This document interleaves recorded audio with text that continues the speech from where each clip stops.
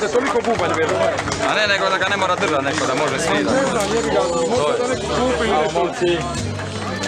Sad ti će ovo bubanj druge, što ja znam ništa.